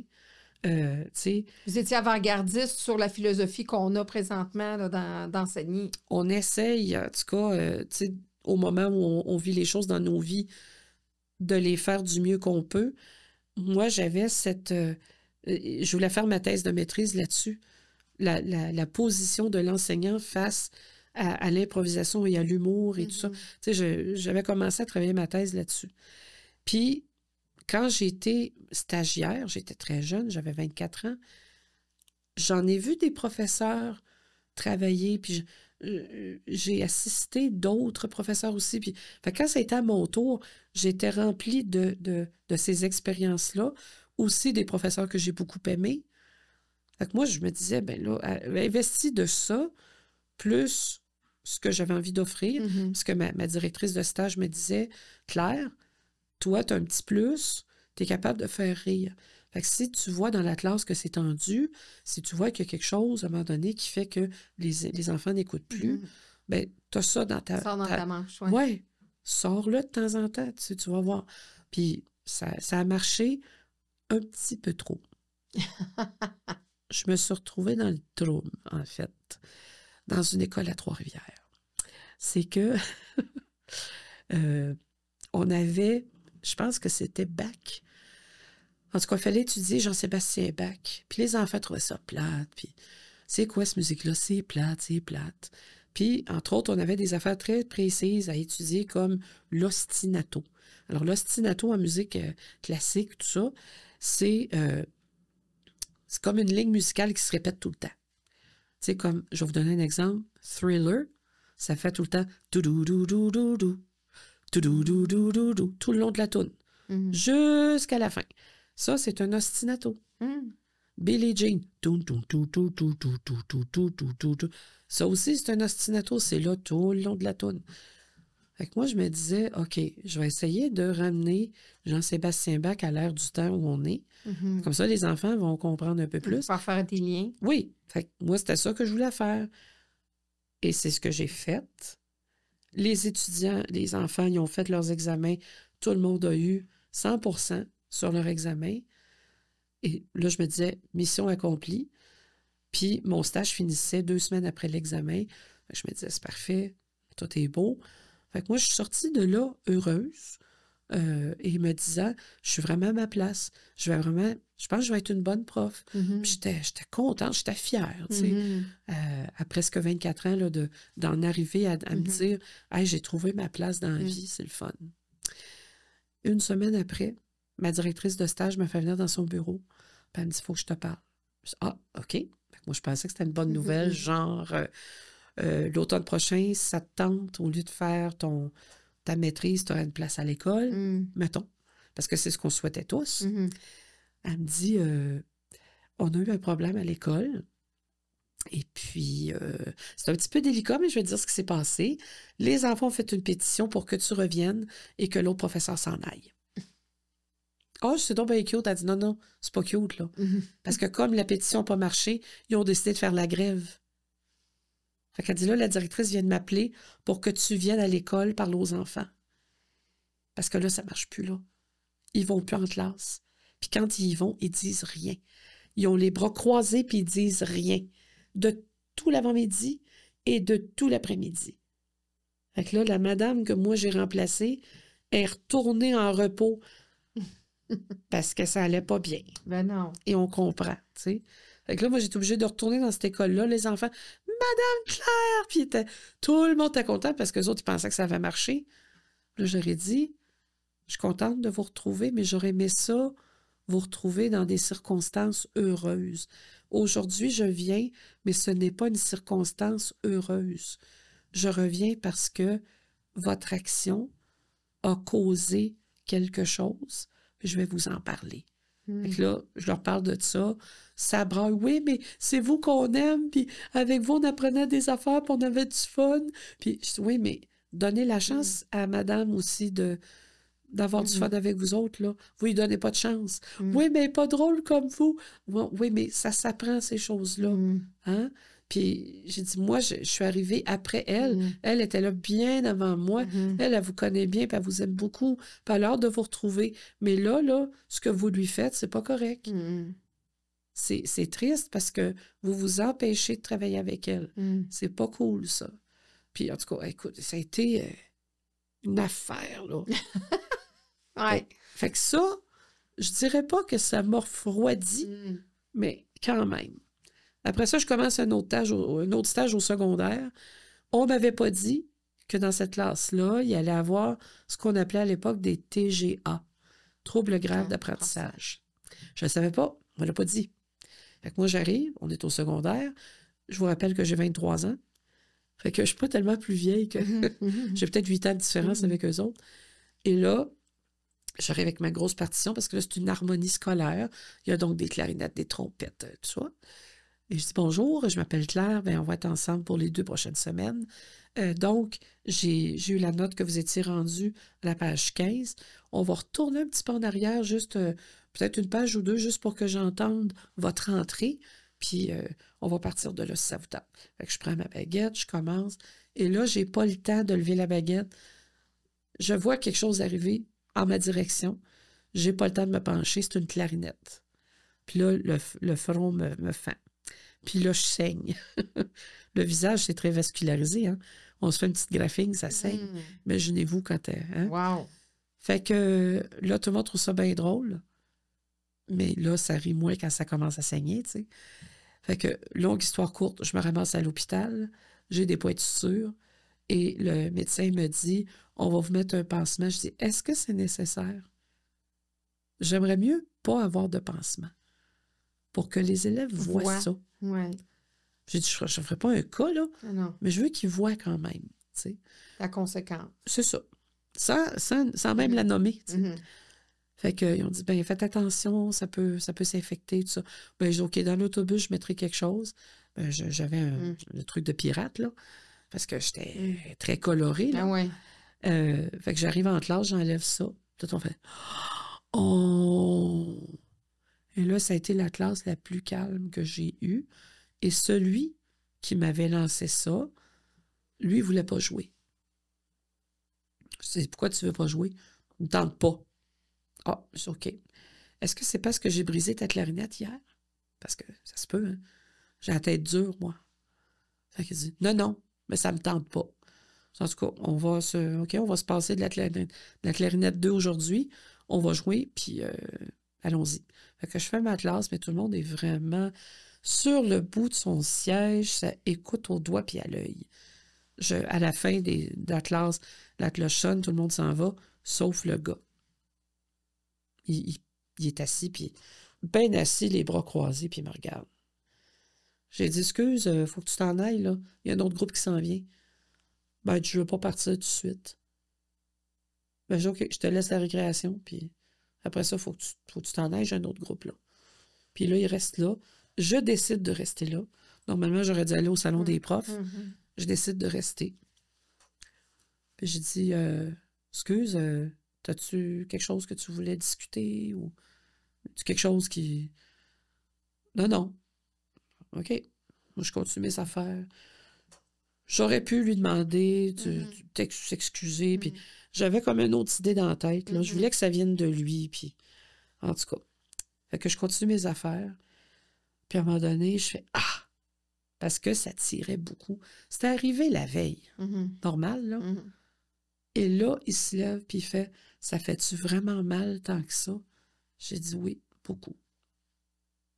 Oui, je te souhaite pas ça. » Puis il dit « Oh, ben, excuse. » Et ça, moi, là, ça valait bien des choses. Vraiment. Parce que le jeune, il avait pris conscience, tout ça. Ouais. Parlez-moi de vos amitiés. Oui. Donc, ce qui vous entoure, ce qui vous accompagne justement dans votre parcours de vie. Parce que là aussi, vous avez été chercher une formation là, pour le deuil périnatal et l'accompagnement auprès des personnes en fin de vie. Ouais. C'est arrivé comment, ça? C'est arrivé dans un moment dans ma vie où je pensais à mes finances. Puis je me disais, il faudrait que j'aie un autre emploi au cas où le métier ne me sourirait plus nécessairement. Donc, j'ai été chercher une formation en SASI, soins d'assistance en soins infirmiers, donc pour devenir infirmière auxiliaire. Et il y avait un module sur les soins palliatifs. Module que tout le monde redoutait terriblement. « Ah, mon Dieu, moi, les morts, j'ai peur de ça. » Mais voyons, c'est pas des morts, c'est des gens vivants, mais qui sont en fin de vie. « Oui, mais j'ai peur de ça. Ah, j'ai peur. » Moi, je comprenais pas cette peur-là. Et quand je suis arrivée... expériences. Ouais. Puis quand je suis arrivée dans ce module-là, donc, on était en stage, là, puis moi, je me sentais comme un poisson dans l'eau. Je les faisais rire, on parlait de toutes sortes d'affaires en même temps que je faisais les soins, puis je sais pas, moi, Et là, notre professeure principale, je dirais, Madame Merlin, elle me dit, c'était une Française extraordinaire, elle me dit, en tout cas, je ne sais pas dans quel département vous allez vous retrouver, mais si jamais vous pouviez aller en soins palliatifs, c'est vraiment votre place. J'ai dit, je le sais, je me sens comme un poisson dans l'eau là-dedans, je ne sais pas pourquoi. C'est une grosse découverte. Alors, suite à ça, après, j'ai été chercher une formation à la Fondation Pali Ami à l'époque, qui se donnait à la défunte défunte hôpital Notre-Dame. Une fin de semaine, je pense, ou deux, sur l'accompagnement en fin de vie. Puis là, il fallait faire un stage après ça, bénévole, de 2 jours semaine. C'était quand même assez assez réglementaire. Et malheureusement, je n'ai pas pu suivre le stage et terminer cette formation-là à cause de mon métier. Parce que moi, j'ai des horaires complètement atypiques. Donc, je n'ai pas pu le terminer, pardon. Mais il y a des gens que j'ai rencontrés, des familles que j'ai rencontrées à l'hôpital pendant ce moment-là, qui m'ont appelé personnellement, puis qui ont dit, est-ce que tu pourrais venir accompagner ma tante, mon frère, ma cousine, ma petite sœur, mon père? Et le mot s'est passé, et là, ça fait depuis 2009. Moi, je n'ai jamais annoncé ça nulle part, là, que je faisais ça. Mais j'ai des appels à tout bout de champ, là. Fait que des fois, j'accompagne les gens chez eux, parce qu'ils veulent mourir chez eux, auprès des leurs. Des fois, c'est à l'hôpital. Des fois, c'est en soins palliatifs. Ça dépend.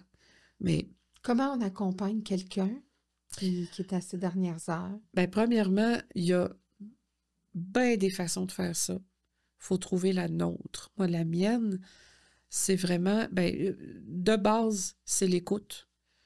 L'écoute du silence et l'écoute de toute demande possible. Moi, c'est ça vraiment ma mission quand je vais les rencontrer, ces gens-là.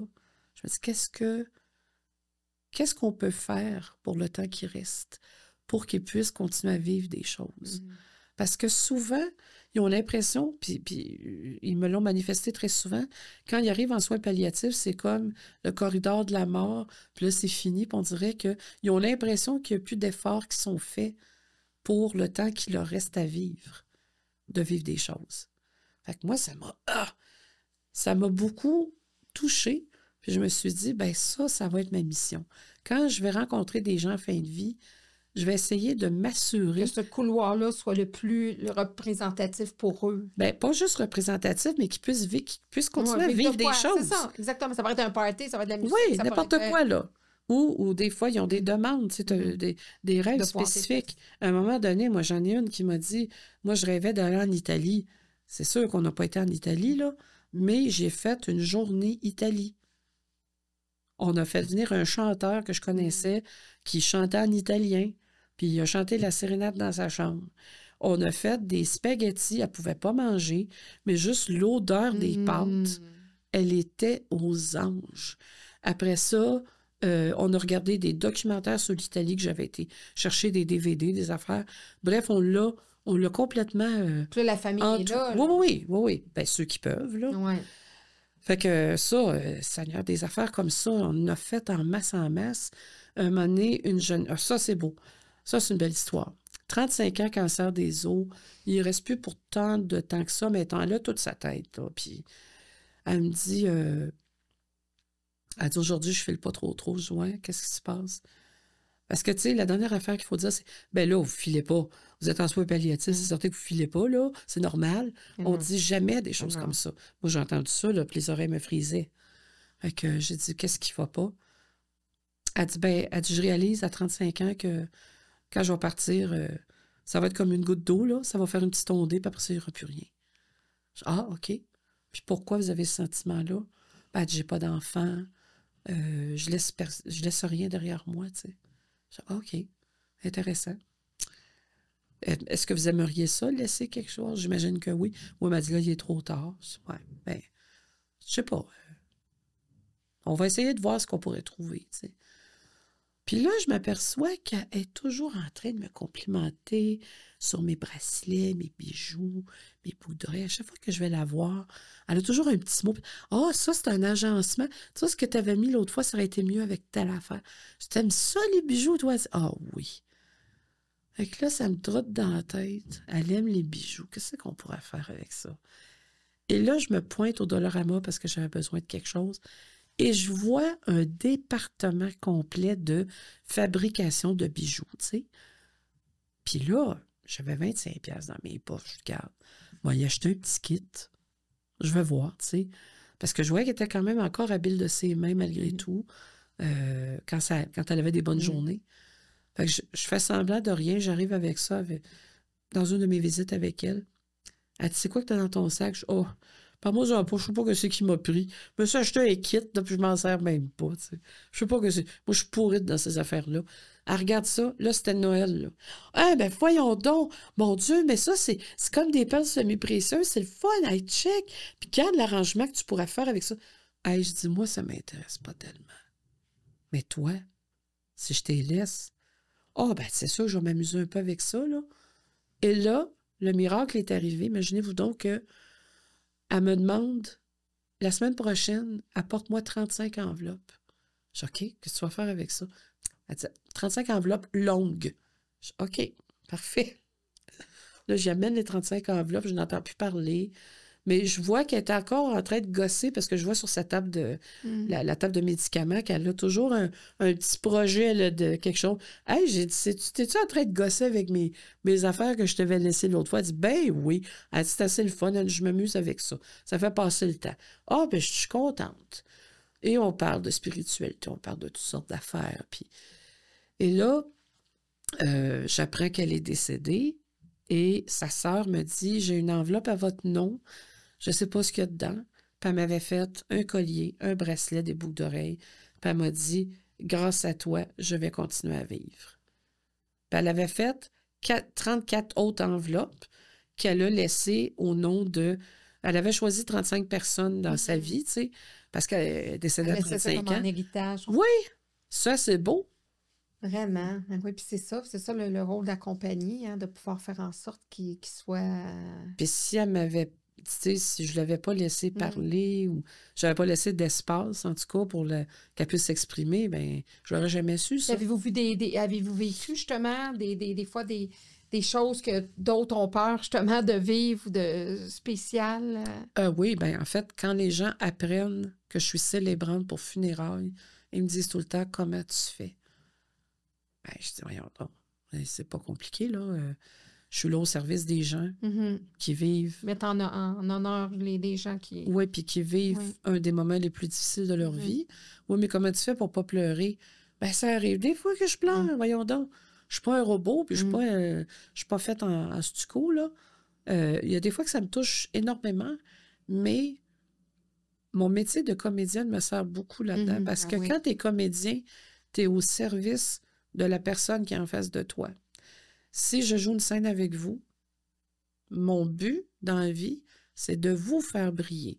Pas moi que j'aille chercher toute la lumière. Puis tout, c'est mon personnage. Non, pas du tout. Si vous brillez, là, je brillerai éventuellement. Mais il faut d'abord que je mette tout ce que j'ai de meilleur, là, il faut que je vous le donne. C'est à vous. C'est pour vous faire briller. C'est ça le but. Donc, quand on est célébrant, on veut que le sentiment émotif, il n'est pas mis de côté, mais il faut qu'il serve à accompagner l'autre et non pas à l'affaisser. Il y a une différence entre l'empathie et la sympathie. Et moi, la version que j'ai, c'est une version médicale, là. C'est la sympathie, c'est de dire « Hey, mais je comprends tellement comment tu te sens. » Parce que moi, je l'ai vécu aussi, ça. Fait que je comprends, puis j'ai de la peine avec toi. Puis quand j'ai appris la nouvelle, j'étais tellement triste. Oh mon Dieu. Ça, c'est la sympathie. Je suis avec toi parce que je le sais, parce que je le vis. L'empathie, ce qu'il y a de différent, c'est je suis vraiment très peinée d'apprendre que ton frère est mort. Qu'est-ce qui te ferait du bien? Qu'est-ce que tu aimerais? Y a-tu quelque chose que je peux faire pour t'aider? Fait que là, ça devient... Le sentiment est au service d'eux. C'est ça, tu te laisses pas... Il y a comme un genre de frontière où il y a c'est pas une frontière. Non, c'est même pas une frontière. C'est vraiment de choisir sciemment de servir l'autre. Moi, j'arrête pas de vivre pendant ce temps-là. J'arrête pas d'avoir des émotions. Là. Mais ils disent que la sympathie, c'est ça, c'est pour ceux qui travaillent justement avec des gens en détresse, tout ça, ne veulent pas aller trop dans la sympathie parce que là, ça t'atteint personnellement. Puis, c'est-à-dire que la sympathie, c'est un choix. Vous avez le choix. Puis moi, je pense que de façon équilibrée, je pense que je peux dire que moi, je suis à la fois sympathique et empathique. Ça prend un peu des deux. Là, parce qu'on n'est pas des robots, puis ça dépend des circonstances aussi, puis des personnes qui arrivent, tu sais, justement. Tu sais, des fois, c'est une personne en fin de vie qui a eu toute sa vie, qui a mené une belle vie, qui décède à 92 ans, bien, ça ne doit pas être la même chose qu'une jeune femme de 35, tu dis, elle avait toute la vie devant elle. Puis... C'est ça. Parce que je dirais, la colère ou le ressentiment d'une personne de 92 ans n'est pas le même qu'une personne de 35 ans. Et le ressentiment d'un parent qui perd son bébé après 2 jours de vie n'est pas le même qu'un parent qui perd sa fille de 40 ans. Mais la douleur, elle est aussi importante. Elle est aussi vive. Elle est différente. Moi, c'est pour ça que j'ai été me chercher, à un moment donné, une formation parce que je me rendais compte que ça allait bien pour accompagner diverses sortes de décès, tout ça. Mais auprès des parents qui perdaient un petit bébé, j'étais pas très outillée. Fait que j'ai été chercher ça. J'ai été chercher ça avec la meilleure, Manon Cyr. Si vous trouvez ses livres sur le deuil périnatal, puis que ça vous intéresse, c'est la meilleure lecture à faire. Elle est extraordinaire, cette femme-là. Vraiment. Fait que moi, j'ai été chercher une formation avec cette femme-là. J'ai fait l'atelier. Puis donc, ça m'a donné des outils pour être capable d'accompagner ces parents-là. Oui, parce que ça ne doit pas être évident là, de perdre son enfant, puis de vivre ça, puis d'accompagner, parce que à quelque part, oui, vous ne connaissez pas extrêmement la famille, vous n'êtes pas dans le deuil proprement parlé. Là, non, j'ai très peu de temps pour... j'ai très, très peu de temps pour apprendre à connaître ces gens-là. Mon but, c'est pas de connaître toute la famille, mais je dois quand même faire œuvre honorable. Là. C'est ma spécialité. Je suis bien bonne là-dedans. J'ai trouvé une façon d'accompagner assez rapidement, puis pas de m'insérer dans la famille, mais de juste m'inviter le temps d'un accompagnement, le temps d'une préparation de cérémonie. Ça, on le sent quand on est connecté aux gens. Puis, je pense que tout est dans tout, comme on dit, parce que votre métier de comédienne, on le dit, là, les artistes, vous êtes sensibles, il y a une grande sensibilité.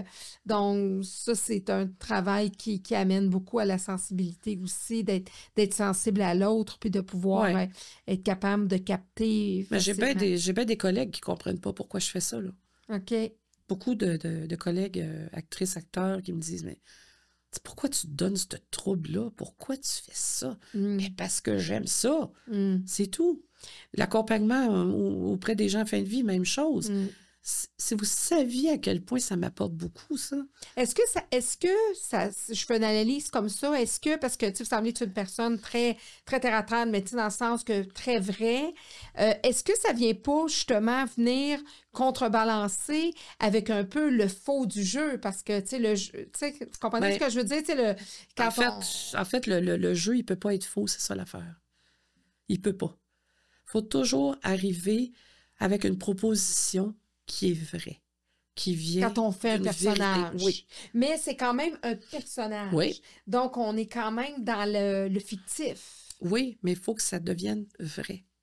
Si la proposition n'est pas vraie, les gens ne s'attachent pas au personnage. Puis ils ne vont pas vous envoyer des mises en... Ben voilà. des menaces chez vous. Mais en étant dans la vraie vie de cet accompagnement-là, là, on est dans le vrai, là. On ne joue plus, là. Absolument. Absolument. C'est là que je vois comme un genre de contrebalance ou de venir... pas genre le yin et le yang, je sais pas si c'est les bons mots, mais... Je sais pas. Moi, j'ai juste fait des choix dans ma vie vers les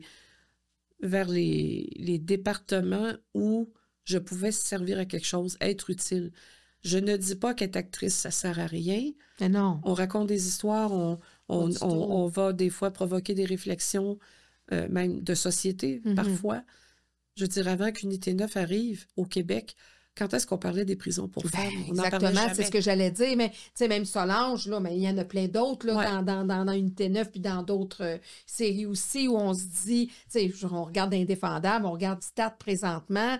Je veux dire, il y a des personnages là-dedans qu'on comprend, là, des gens qui sont condamnés, etc. Puis il y a des choses, puis il faut que vous compreniez que des rôles comme Solange, qui sont écrits par des autrices, ces autrices-là font énormément de recherches pour en arriver à une vérité dans l'histoire. Si ça ne tient pas la route, ça ne fonctionnera pas.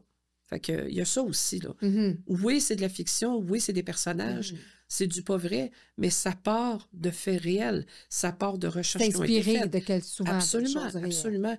Puis notre job à nous autres, les acteurs, c'est de s'assurer que dans ce qu'on va livrer comme marchandise, il y ait de la vérité. La vérité, elle se trouve dans la connexion que moi j'ai avec Solange. Mhm. Par exemple, si j'avais peu d'expérience et que je reçoive un rôle comme ça, j'aurais été portée à la détester Mhm. initialement à cause de ce qu'elle est. C'est-à-dire, Pardon. ouais, c'était genre un rôle C'est ça. pas Mais sexy, mettons. la première tâche d'un acteur, Mhm. c'est d'aimer son personnage. Alors, on lui trouve une façon de se faire aimer. On lui trouve une faille d'amour. On lui trouve une vulnérabilité. Et là, c'est là que ça se passe.